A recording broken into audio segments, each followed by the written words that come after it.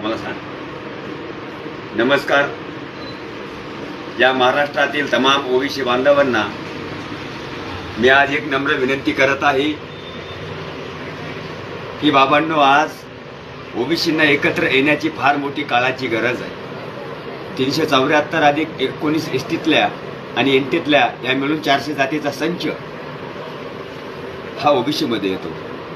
मग त्या गोरगरीब आपल्या लोकांचं कुठंतरी आरक्षण हिसकळून घ्यायचं आणि आपली स्वतःची पोळी भाजून घ्यायची असा उद्योग या महाराष्ट्रामध्ये सध्या चालू आहे.